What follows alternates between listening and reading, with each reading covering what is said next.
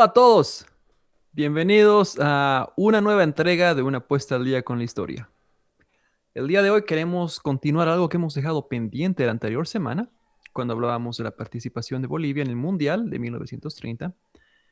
Y, pero bueno, antes de continuar con el tema, quiero darle la bienvenida una vez más a nuestro coanfitrión, Don Dano. Bueno, ¿cómo están todos? Espero que todos tengan un buen día, una buena tarde, una buena noche, dependiendo de la hora en la que nos están viendo. Y bueno, pues si nos quedamos, yo creo que medio suspenso la anterior vez, estábamos viendo un poco sobre el Mundial del 30 y nos quedamos ahí suspendidos con las últimas noticias, última información sobre ese Mundial, ¿no? Exacto. Bueno, la pregunta que yo tenía cuando termina la transmisión era si la participación de Bolivia en el Mundial había terminado con la derrota frente a la selección de Brasil por 4-0. Tú me dijiste que no, que había un dato más que teníamos que mencionar, así que si por favor nos puedes decir cuál era. Había un dato más, y un dato más, este caso se refiere al entrenador boliviano, a Ulises Saucedo. Fue un caso muy particular, o sea, la verdad, me parece que es un caso, hasta donde sé, es un caso único que ha pasado en la historia de los mundiales, que es que precisamente Ulises Saucedo, además de ser entrenador de Bolivia durante esos dos partidos y durante todo el proceso mundialista, también fue árbitro durante ese mundial, ¿no? Fue uno de los varios árbitros que estuvieron ahí en el mundial. Llegó a arbitrar un partido, justamente el partido entre Argentina y México, durante la fase de grupos y estuvo de juez de línea, ocupando de juez de línea en varios partidos, incluida la final del Mundial, ¿no? Entonces yo creo que es uno de los casos posiblemente más particulares que se ha dado, único hasta donde sé, totalmente único en la historia de los mundiales, de que al mismo tiempo una persona se ha ocupado de ser árbitro y entrenador de uno de los equipos, ¿no? Debe ser el único caso entonces en toda la historia de los mundiales. Y también el único caso de un boliviano que participa como juez de línea en la final del mundial, ¿no? Exactamente, sí, hasta donde sé, habría que revisar algunos datos, pero hasta donde sé es el caso totalmente único en la historia de los mundiales. Jamás se ha dado un caso donde una persona esté ocupando estos dos cargos al mismo tiempo, ¿no? Porque, bueno, bolivianos no han habido muchos, árbitros bolivianos, en este caso me refiero. Eh, Podemos darnos cuenta que tal vez el primer árbitro FIFA que ha tenido Bolivia ha venido a finales de la década del 40, recién, que era el señor de apellido Paredes, que era un árbitro paseño, que jamás estuvo arbitrando en ningún torneo, salvo un par de Copas Américas, no estuvo jamás en un mundial.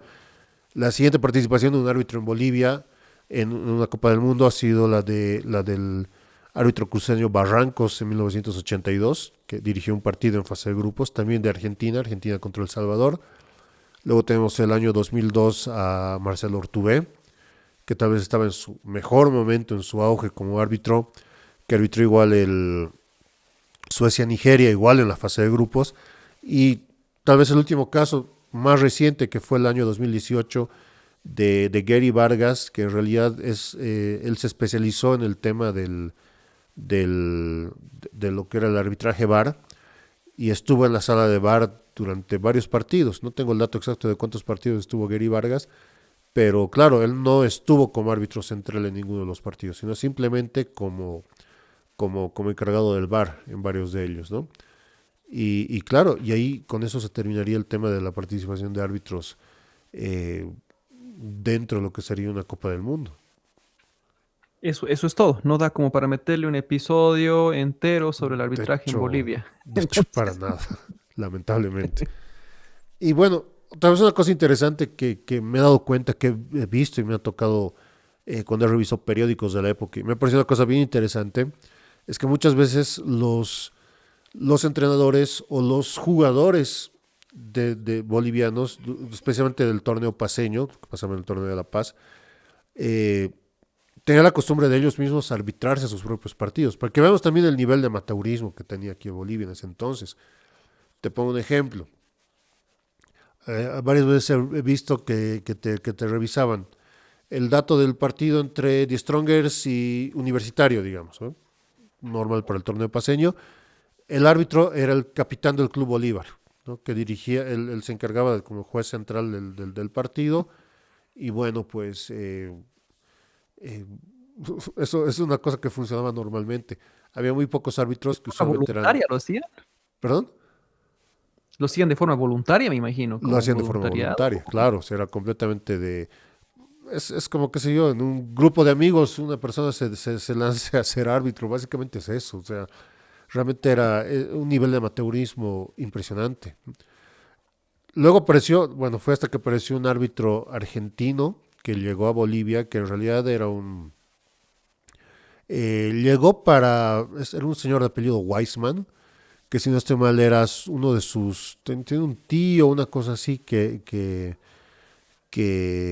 tenía un comercio, un negocio aquí en La Paz. Y precisamente él vino como que a acompañarlo por algunas cosas y vieron que conocía sobre el tema del fútbol, entonces le ofrecieron que sea árbitro. Y durante muchos años que él estuvo viviendo aquí en La Paz, él, además de sus labores cotidianas que seguramente realizaba en esta casa comercializadora donde trabajaba, en los fines de semana se dedicaba a ser árbitro, ¿no? Y claro, ese fue como uno de los puntos de partida para lo que sería la labor de los árbitros. El otro caso parecido es el del famoso Julio Borelli Viterito, que nosotros lo conocemos principalmente por el nombre del Coliseo Cerrado, que obviamente este señor, que era un uruguayo de nacimiento, igual llegó a La Paz especialmente para ser entrenador, pero paralelamente también se dedicó a ser árbitro y periodista deportivo, entonces como que acabó haciendo varias cosas dentro de lo que era la labor futbolera de Bolivia. Wow, bastantes, bastantes funciones. Exacto, o sea, como nos podemos dar cuenta, algo demasiado amateur, ¿no? Porque realmente ni este señor Weisman ni Borelli del arbitraje no recibían absolutamente nada, ¿no? Pero ellos como que sentaron la base para la llegada ya de árbitros locales que se dedicaron formalmente a ser árbitros. Algo que, Ya por diversión. claro, exacto, ya formados como tal, ¿no? ¿Ven? No solamente un jugador que por saber las reglas se dedicaba a arbitrar, porque me imagino la cantidad de susceptibilidades que han debido haber de por medio, Oh, de claro, que, qué sé yo, un jugador del Bolívar esté arbitrando un partido del Tigre o al revés, ¿no? Ha debido generar claro, un montón de susceptibilidades de por medio. claro.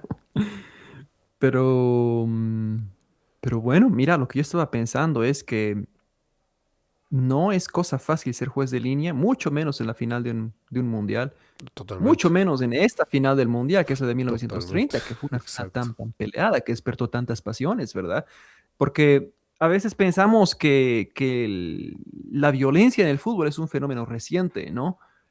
Algunas personas tienen esa impresión, no sé por qué, pero es algo que ya se vivía desde la década de los 20, desde los 30, ¿verdad?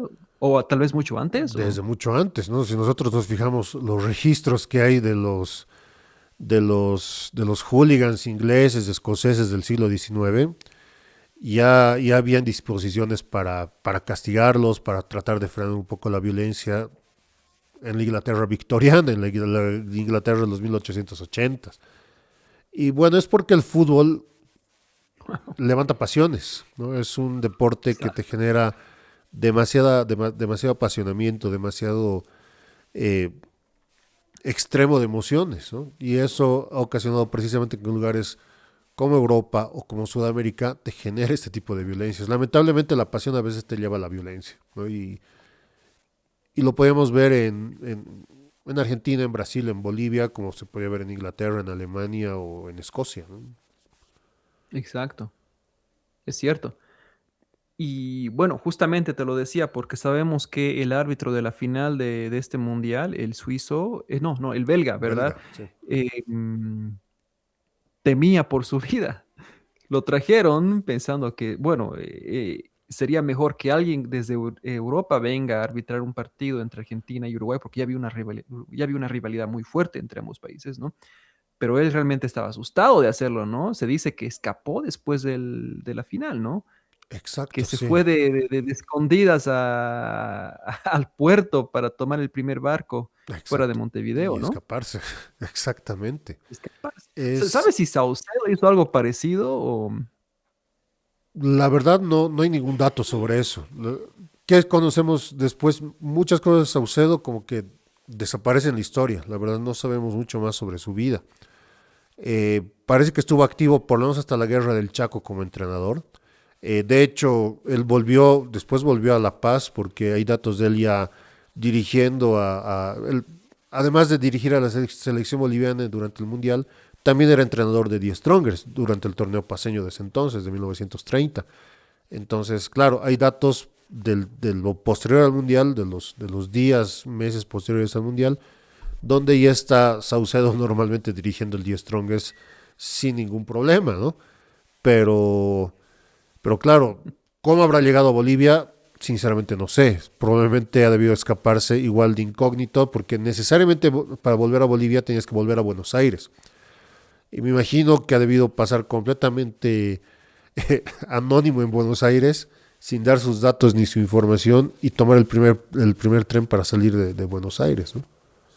habrá ido con el árbitro belga, ¿no? Posiblemente, ¿no? Porque, bueno, me imagino Sí, que el árbitro belga, que era este Langenus, que era un tipo de mucho prestigio en Europa, y de hecho, como dices, mm, para evitar cualquier tipo de susceptibilidades, han preferido elegir un árbitro extranjero, europeo. Además, en ese momento el arbitraje europeo estaba mucho más avanzado que el arbitraje sudamericano, y claro, precisamente para evitar ese tipo de susceptibilidades, hasta donde se sabe, Langenus ha pedido un seguro de vida porque temía sobre su vida este pobre hombre a la FIFA. No sé si le dieron al final el seguro de vida, pero claro, él acabó huyendo lo más pronto que posible para evitarse problemas. Eh, si no estoy mal, de ese momento ya podías llegar de tomarte el barco de Montevideo hasta Europa directamente, pero claro, el caso del boliviano era una cosa totalmente distinta porque él necesariamente tenía que claro. cruzar hasta Buenos Aires para conseguir la vía férrea que lo traiga de vuelta a Bolivia, que es lo que hicieron también los jugadores bolivianos, ¿no? Que los jugadores bolivianos, toitos, después de que terminó su participación, se cruzaron de Montevideo hacia Buenos Aires, y de Buenos Aires pues se tomaron el tren y los trajo hasta La Quiaca y después ya al territorio boliviano, ¿no? Claro. Estamos hablando de una época también donde las invasiones al campo de juego por parte de los hinchas eran bastante comunes, ¿no? Exactamente, exactamente. O sea, bueno, ya en esa década, en la década de los 20, finales de los 20, ya se empieza a implementar pues el tema de los emallados, ¿no? Las mallas Mm, para separar y evitar precisamente de que los hinchas agredan a los jugadores o al árbitro en esas situaciones, que según datos, crónicas de los primeros años del siglo XX era una cosa muy normal. Eh, He leído datos de España, he leído datos de Inglaterra, obviamente. En Inglaterra hasta cierto punto me parece que no se implementó o su implementación ha sido muy, muy, muy, muy pobre, pero donde tuvo mucho éxito es precisamente Sudamérica, ¿no? Y mm, eso empezó un par de años antes del Mundial del 30, 1924, cuando Uruguay sale campeón la primera vez del torneo olímpico. Eh, Cuando vuelven de Europa, llegan a Buenos Aires y precisamente la Asociación Argentina lo que hace es homenajearlos a ellos con un partido junto con la selección argentina. Y ellos deciden realizar esto en un estadio, creo que si no estoy mal era el de Argentinos Juniors, no me acuerdo, no tengo el dato exacto de cuál estadio era. Pero la cosa es que para evitar precisamente ese tipo de cosas, ese tipo de violencia, porque te generó mucho interés y además de eso había esta rivalidad entre uruguayos y argentinos permanentemente, la forma más prudente que hizo la Asociación Argentina para evitar problemas fue mandarse a hacer mallas y amallar absolutamente todo alrededor del estadio. De ahí viene el nombre de malla olímpica, por ejemplo, que es el nombre que usualmente se le da a este mm. tipo de mallados que se realiza en canchas de fútbol. De ahí también van a nacer la famosa vuelta olímpica, que van a hacer los uruguayos en el momento que van a entrar a la cancha y que van a dar una vuelta alrededor de todo el estadio saludando a las personas. Y un caso similar a lo que va a ser después el famoso gol olímpico que se va a dar durante ese partido, que va a ser el primero registrado que se va a tener precisamente que va a ser anotado por un jugador argentino, ¿no? Entonces, ese partido habrá sido un Claro. partido amistoso, homenaje, pero nos ha dejado tres cosas que perduran en el fútbol hasta el día de hoy. Ahora, creo que el partido, más que ser un homenaje para Uruguay, era el deseo de los argentinos de mostrar que ellos podrían haber ganado las Olimpiadas si ellos También, hubieran estado presentes, ¿no? también, Entonces querían exacto. mostrar, ah, bueno, si le ganamos a los uruguayos, entonces realmente los campeones somos nosotros, ¿no? Entonces No ya creo había que esa podemos rivalidad tan desmerecer fuerte. el orgullo patrio que tienen los argentinos, ese tipo de cosas, es desde siempre. Exacto, exacto. Y el gol olímpico, decían, bueno, ese gol es el que nos coronó como los verdaderos campeones olímpicos, ¿no? Creo que por eso le llamaron. También había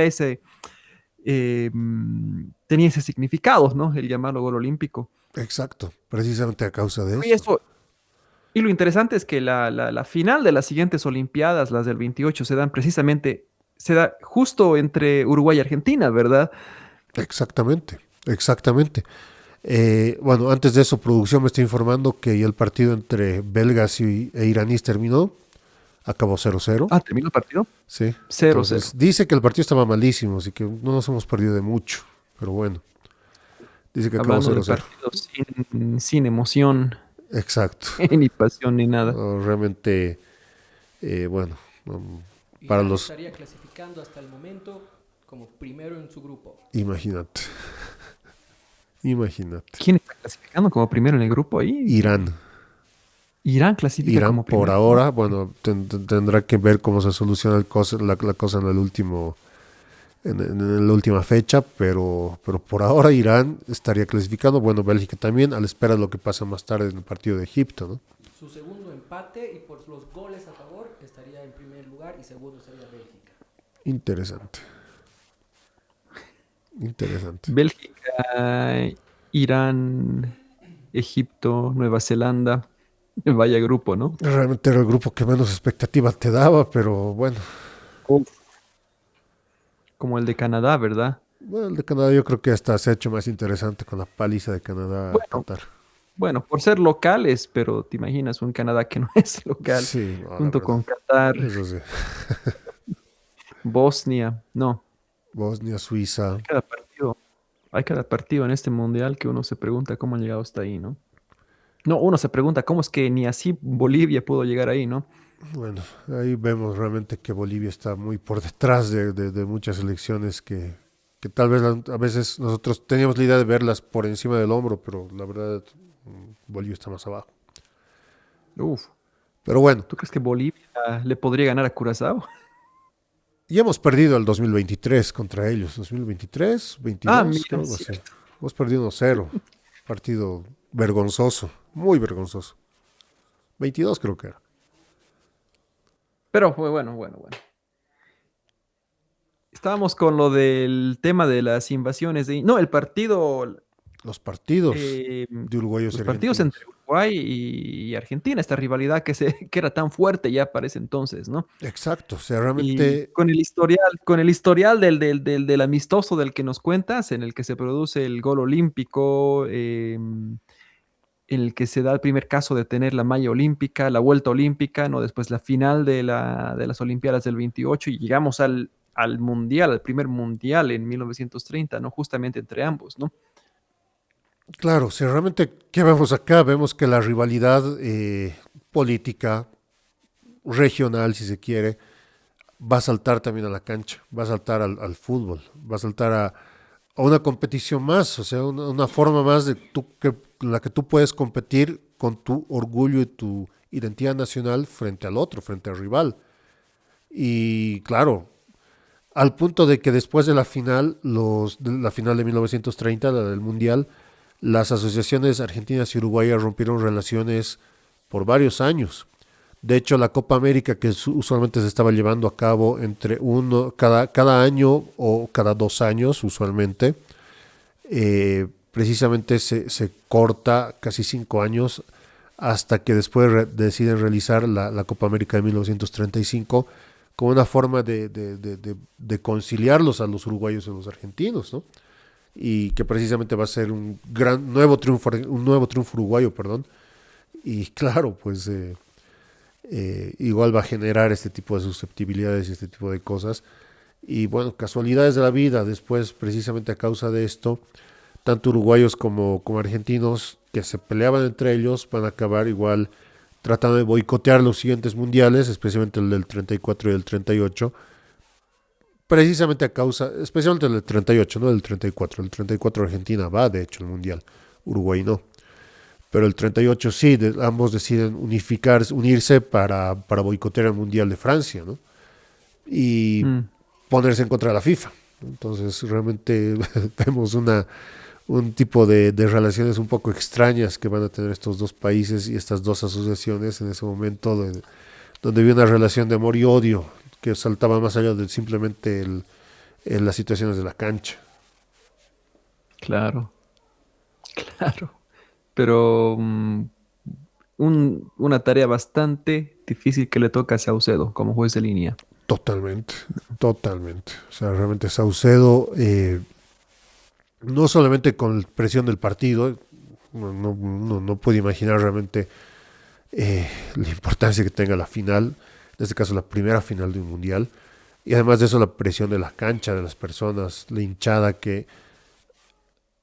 Hay algunas imágenes, realmente parece que la gente estaba enardecida, emocionada, había una emoción contenida muy fuerte dentro de la cancha, de lo poco que se ve en las imágenes, lo poco que se logra identificar. Entonces realmente Sí, debe ser una presión enorme para los tres jueces, para el árbitro y para los dos jueces de línea. exacto.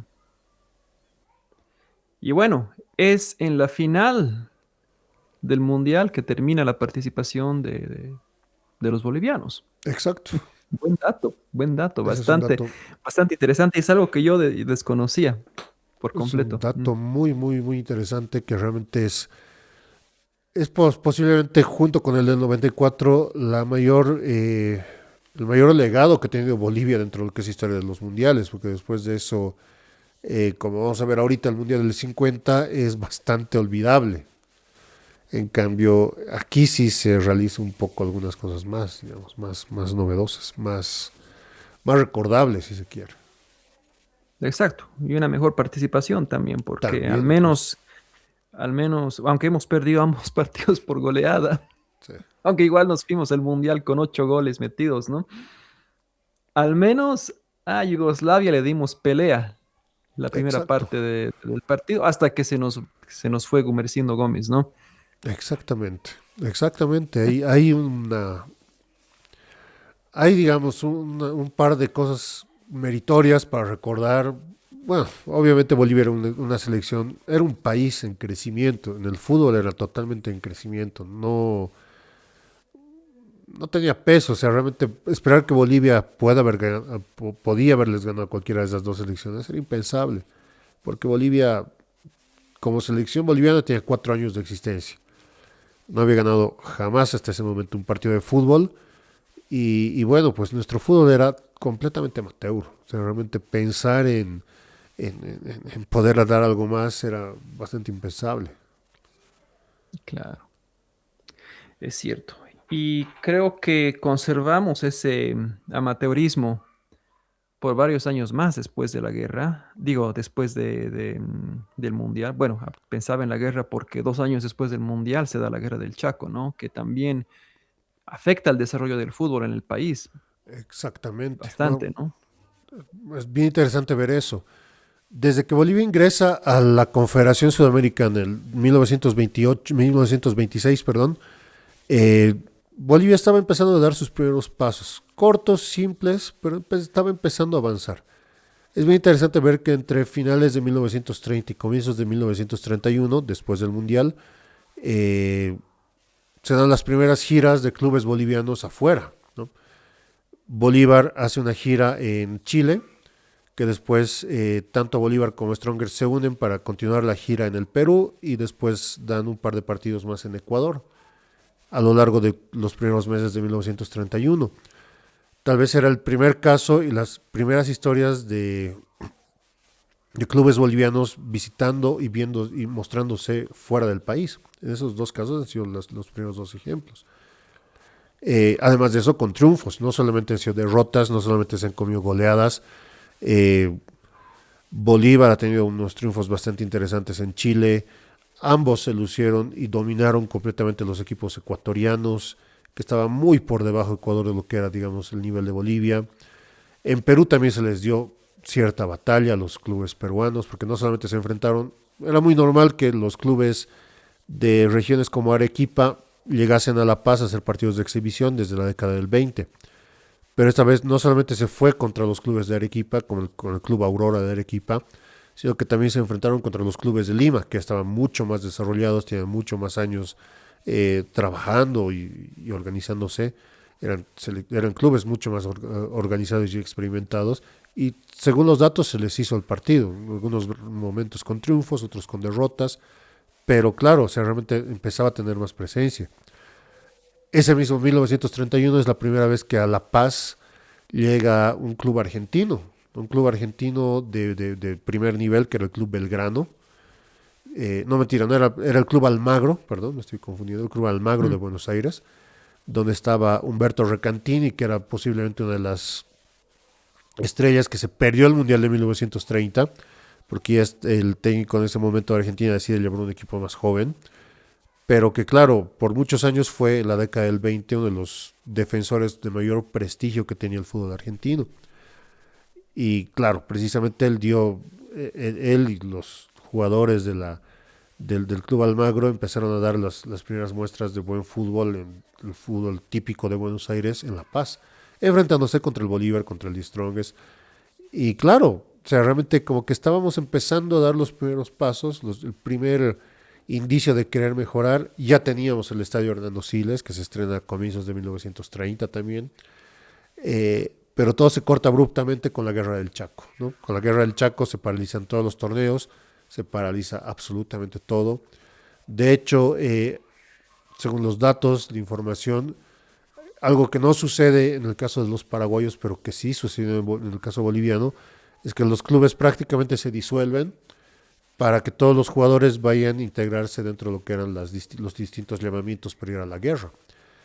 Tenemos la información de algunos jugadores que jugaron 2 años antes, jugaron el Mundial del 30 y que fueron al frente de batalla, estuvieron en el frente de batalla durante la Guerra del Chaco.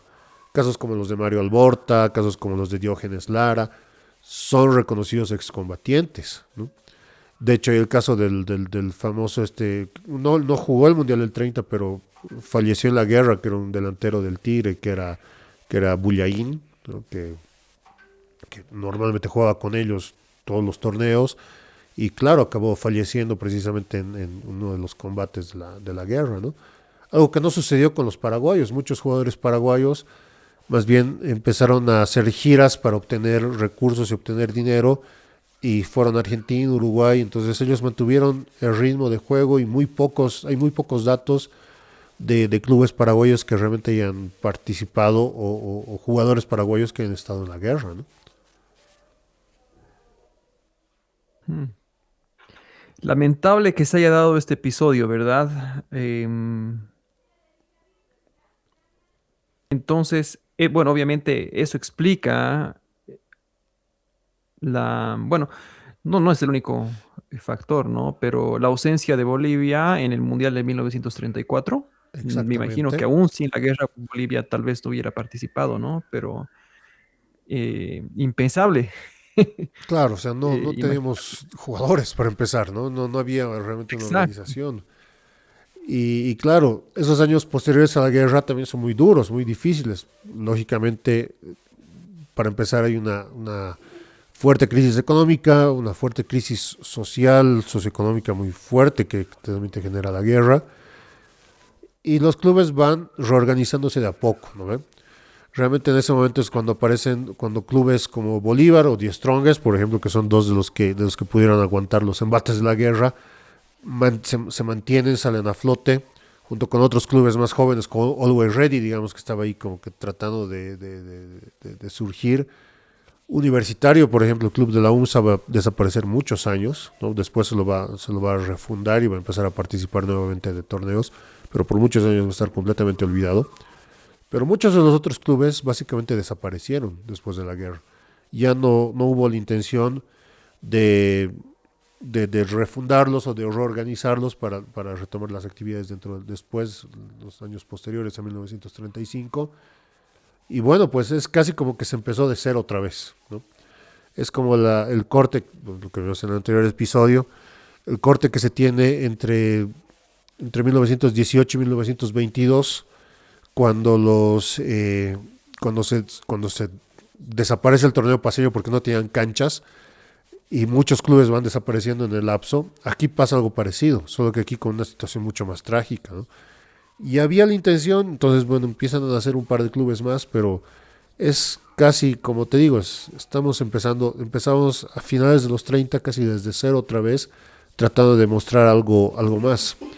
Y realmente eso y las decisiones también dirigenciales que deciden que Bolivia no intervenga en ningún tipo de torneos internacionales hasta que mejoremos el nivel, entre comillas, tampoco va a ayudar mucho, ¿no? O sea, realmente Bolivia, como selección boliviana, va a tener dos apariciones, que es primero los Juegos Bolivarianos del 38, donde se hace una buena actuación, Bolivia acaba subcampeón, y la Copa América de 1945 en Chile, recién para 1945, o sea, 10 años después de la guerra, recién Bolivia empieza a participar en un torneo importante de relevancia internacional. Mm.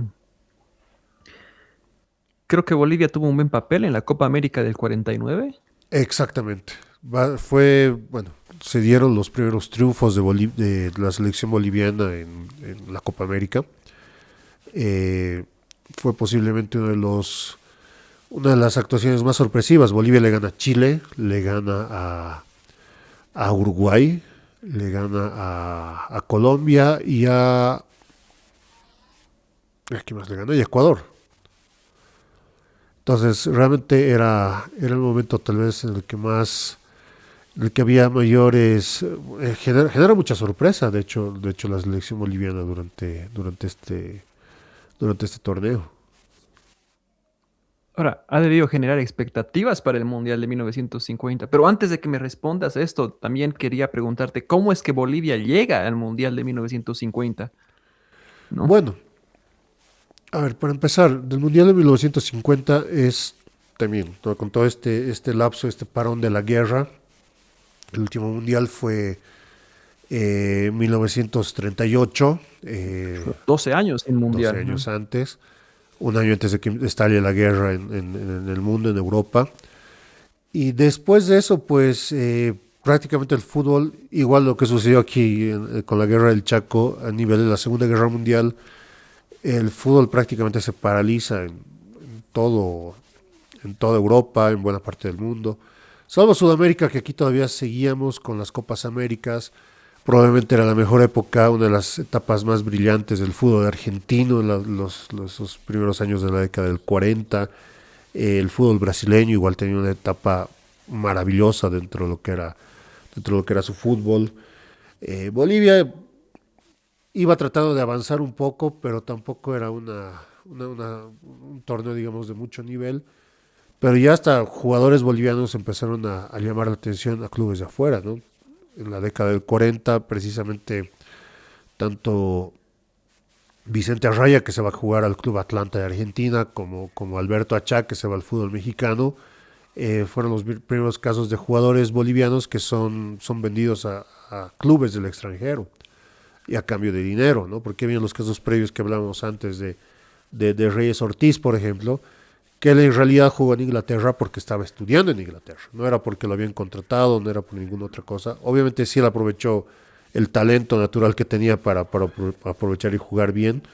No era que precisamente él haya estado realmente jugando por interés del club, sino por una circunstancia que se le dio porque él estaba estudiando en ese momento A- en la universidad, ¿no? Aprovechó. Exactamente. En cambio, el caso de tanto de Arraya como de Achá era pues precisamente por sus cualidades futbolísticas que se los llevan. Entonces, podríamos hablar de tal vez los primeros jugadores, los primeros indicios de profesionalismo que hay en el fútbol boliviano, justamente con estos dos casos.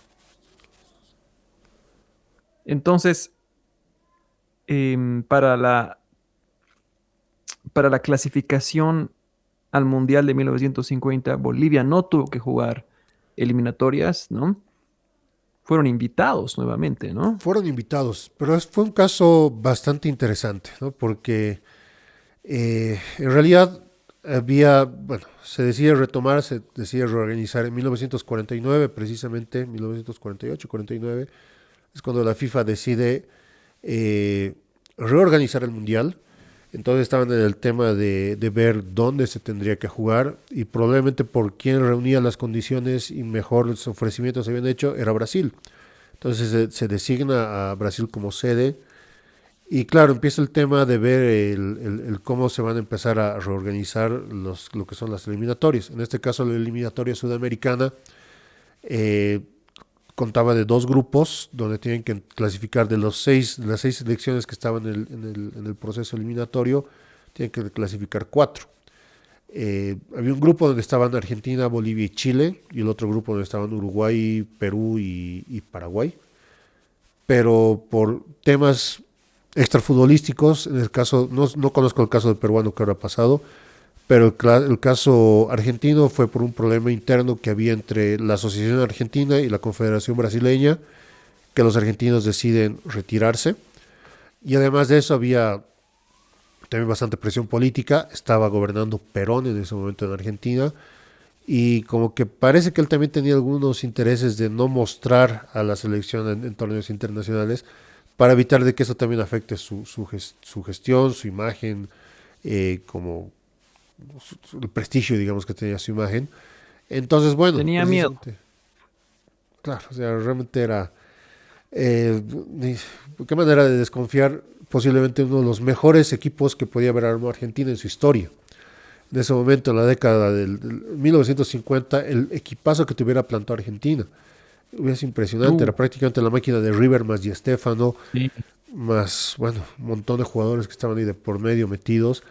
Hubiera sido un espectáculo verlos jugar, pero bueno, eh, Argentina decide renunciar y claro, la FIFA para evitarse más problemas automáticamente clasifica al Mundial a Uruguay, a Paraguay, a Bolivia y a Chile. Los cuatro entran en combo al Mundial directamente, ¿no?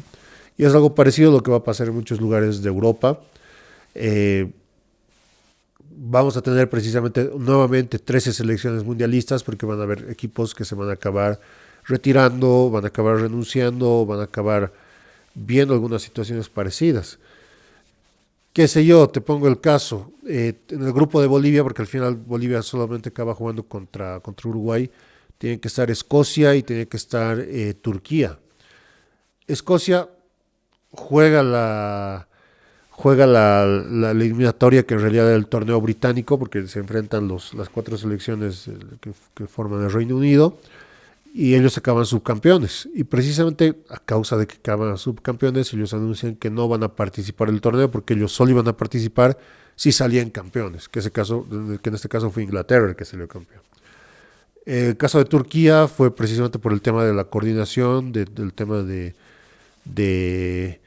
del proceso del viaje y demás, que deciden ellos renunciar. No me acuerdo sinceramente contra quiénes jugaron, sinceramente no me acuerdo, o me parece que los clasificaron igual automáticamente. Sinceramente ese dato no lo tengo. Y claro, la FIFA para evitar, digamos, que existan acefalías, invita a Francia. Francia tendría que haber jugado en el grupo de Uruguay y Bolivia. Pero después, antes de que empiece la Copa, Francia anuncia precisamente que tampoco iba a participar, porque ellos igual estaban con el tema de su reconstrucción económica, del tema de la reorganización de su liga. Me imagino que en muchos casos estaban igual en el proceso de recuperarse en muchas cosas y deciden también renunciar. Entonces va a ser un mundial de muchas renuncias. No estamos hablando del caso de la India, que igual, ¿no? El mito te decía que había sido por el tema de que no querían, la FIFA no aceptaba que jueguen sin zapatos, pero en realidad era por el tema de que tanto la logística como el viaje se les salía muy caro, salía demasiado caro para ellos para que puedan ir. Y precisamente lo que hacen es decidir evitar eso y prepararse más bien para los Juegos Olímpicos de 2 años después.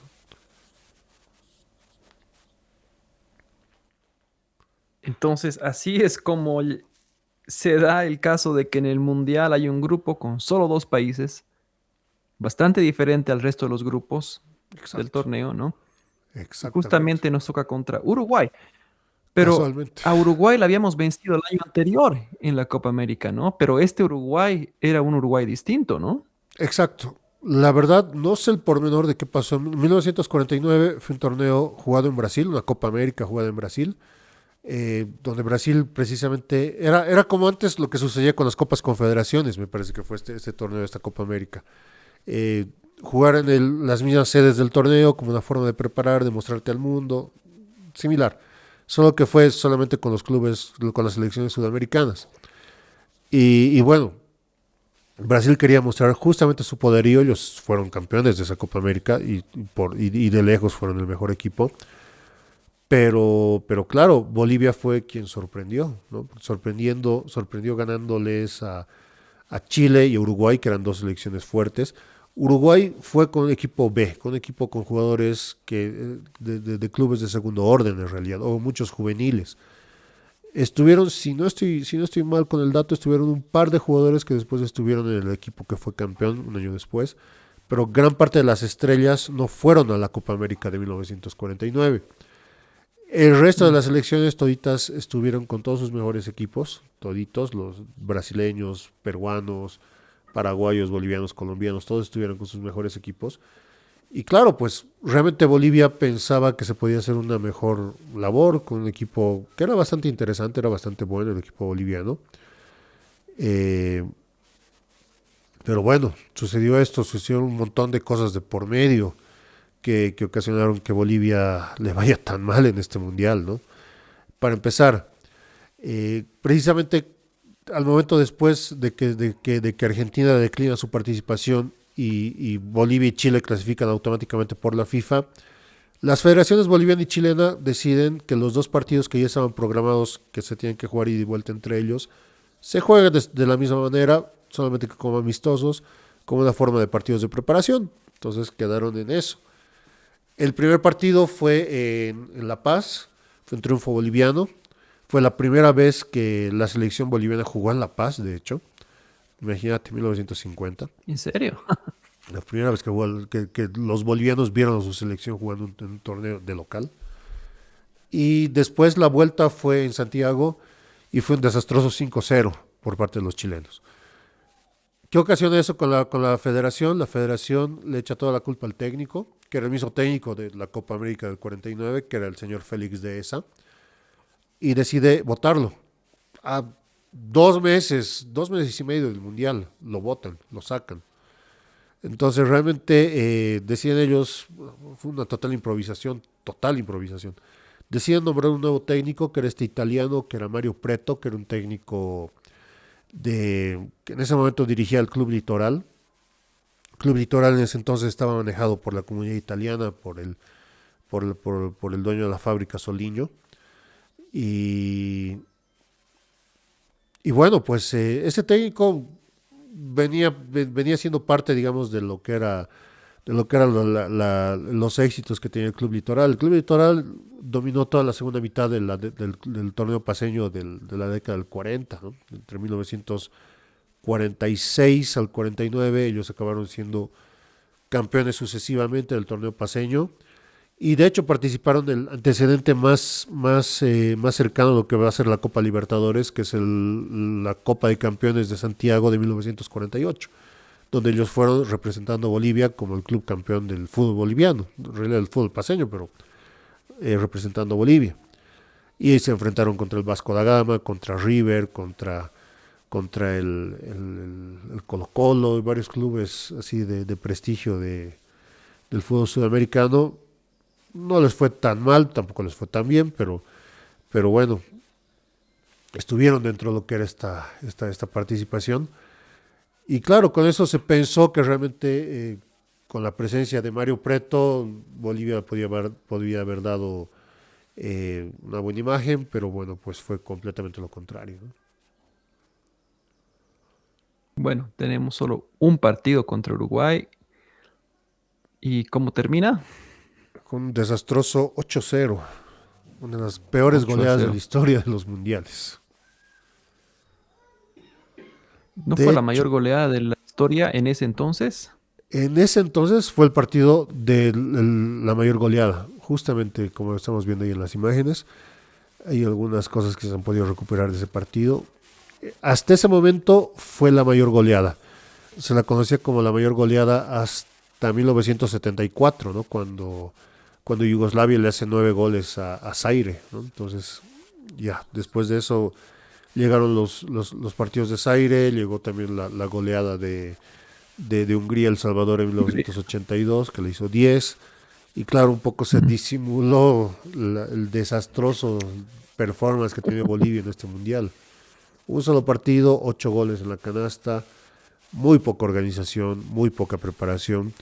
Otra cosa que sucedió, precisamente, se prepararon para el mundial, entonces en este caso salieron de tren desde La Paz hasta Arica los jugadores, la selección. Desde Arica se tomaron el barco cruzando por el estrecho de Magallanes, llegaron hasta Río de Janeiro. Y claro, ellos llegaron varias semanas antes de lo que estaba pactado el torneo, ¿no? Entonces, la FIFA y la Confederación Brasileña tienen que otorgar viáticos a las delegaciones de las selecciones extranjeras. Pero claro, seguramente ellos tenían un tipo de montos de dinero designados para todo el torneo, entonces calculando más o menos de cuándo iban a llegar. Y no se esperaban que Bolivia iba a llegar tan pronto, ¿no ve? Entonces llegan tan pronto y la FIFA les dice, no tenemos viáticos, no tenemos dinero para ahorita, para ustedes, básicamente. Lo que genera que tanto los encargados de la delegación como los mismos jugadores decían anunciar que, bueno, si ellos no tienen el dinero pactado para Bolivia, Bolivia se iba a retirar del Mundial. Para evitarse problemas, la FIFA lo que hace es, bueno, les consigue un hotelito ahí para que puedan ellos más o menos hospedarse y que tengan tiempo para lo que era su alimentación. La verdad, muchos datos sobre esto no hay. Posiblemente no han estado tan bien alimentados los jugadores. Y claro, muchas ganas de entrenar tampoco tuvieron, parece. Parece que aprovecharon el momento ahí para relajarse, para pasear, para hacer turismo, para pasar un par de horas en la playa y ahí comiendo bien. Entonces, el momento del partido parece que no han estado ni siquiera muy preparados, muy entrenados, ni concentrados justamente en el torneo, la magnitud del torneo que estaban a punto de jugar, ¿no? Mm. Bueno, ahí hemos visto los 8 goles que Uruguay le mete a Bolivia. Hay algunos goles que realmente uno se pregunta qué estaban pensando, qué estaban haciendo, ¿Qué qué tenían estaba en mente, haciendo el ¿no? Pero equipo? Es bueno, impresionante ver sí. eso. Me parece una maravilla que hayan recuperado. Realmente muchas de estas imágenes se encontraban perdidas hace un par de años. Eh, no sé de dónde las habrán recuperado, la verdad, pero podemos encontrar varias de estas en YouTube. Es bien interesante de ver. Y ahí ves precisamente lo poco preparado, y me sorprende, porque Bolivia tiene un equipo bastante interesante, el que fue el Mundial de 1950. No era un mal equipo, era Tenían prácticamente, buenos jugadores, tenía pero buenos jugadores. Podemos ver ahorita, dame un segundo y vemos la lista total de los jugadores que la tengo aquí guardada. Aquí está. Bolivia tenía, por estaba tal ejemplo, vez el que muchos consideran el mejor jugador boliviano de la historia, ¿no? exacto, estaba el maestro Ugarte entre ellos. Eh, en ese entonces, el maestro Ugarte tenía 24 años y ya era la estrella del Bolívar. Y claro, pues en la selección boliviana venía jugando desde la Copa América del 47. Había jugado y había brillado, había sido uno de los goleadores. Bueno, no el máximo goleador, pero estaba dentro de la lista de los goleadores del Mundial de la Copa del 49. Eh, tenía un equipo muy interesante a su alrededor. Estaba el ya mencionado antes Vicente Arraya, este arquero, que ya era un arquero veterano en ese entonces. Ya estaba jugando sus últimos años en el club ferroviario, pero con toda la experiencia que había tenido en la década del 40 en el fútbol argentino, había sido capitán de la selección boliviana por todas esas Copas Américas. Estaba este mismo Alberto Achá, nuestro jugador que igual era de 10 Strongers. que igual estaba en sus últimos años, pero igual tenía esa experiencia jugando precisamente como defensor. Estaban de hecho los dos primeros nacionalizados. De hecho, el primer nacionalizado lo vamos a tener 5 años antes, que va a ser igual un argentino de apellido Fernández. Pero aquí vamos a tener a dos argentinos igual nacionalizados, que eran los dos jugadores del Litoral, que eran Antonio Greco y Roberto Caparelli, ¿no? Que los dos igual fueron en su momento dos símbolos, ídolos del Club Litoral. Y de hecho, pues de este torneo de clubes de 1948, Caparelli fue el goleador del torneo. Estuvo por encima de jugadores como Di Stéfano o el brasileño Ademir, ¿no? Que fue goleador precisamente del Mundial del 50. Entonces, realmente tenías hasta expectativas, la perspectiva de poder hacer algo mínimamente interesante, pero no lo sucedió, lamentablemente. Otros jugadores interesantes, podemos ver jugadores del Litoral como Celestino Algarañaz, estaba José Bustamante, estaba Benedicto Godoy, estaba Benjamín Maldonado, que era delantero de San José, estaba Antonio Valencia, el capitán, que era también jugador del Litoral, estaba René Cabrera, que era único jugador bilstermanista que ha jugado un mundial. Eh, Inexplicablemente el arquero titular no fue a raya, fue el arquero Eduardo Gutiérrez, que si no estoy mal en ese entonces era arquero de Always Ready, que era un arquero joven, que no era un mal arquero según los datos, la descripción que hay sobre él, que tuvo bastantes buenos años igual en el fútbol paseño jugando en buen nivel, pero que claro, en ese momento era un arquero, para empezar, joven y que jamás había tenido una experiencia, ni siquiera jugando con la selección, ni mucho menos jugando un torneo internacional. Entonces ahí también te das cuenta la poca preparación que tenía Bolivia y también este mismo entrenador, ¿no? Este entrenador italiano que realmente pues los lanzó a los bolivianos sin ningún tipo de preparación. Parece que no hubo ningún tipo de interés en el mundial en ese momento en Bolivia y los jugadores se lanzaron a jugar a lo que sea, ¿no? Y eso podemos verlo reflejado en ese resultado. Ahora, aunque no haya habido mucho, aunque no hayan habido muchas muestras de interés en esta participación, lamentable participación, me imagino que hubo consecuencias después de perder por 8-0 e irse tan rápido del Mundial, ¿no? Algo cambió, algo se movió en la federación, en el fútbol boliviano, o también pasó desapercibida la derrota. Tal vez el mayor cambio ha sido la decisión de profesionalizar definitivamente al fútbol, que va a dar, el paso lo va a dar la Asociación Paceña, de hecho, ¿no?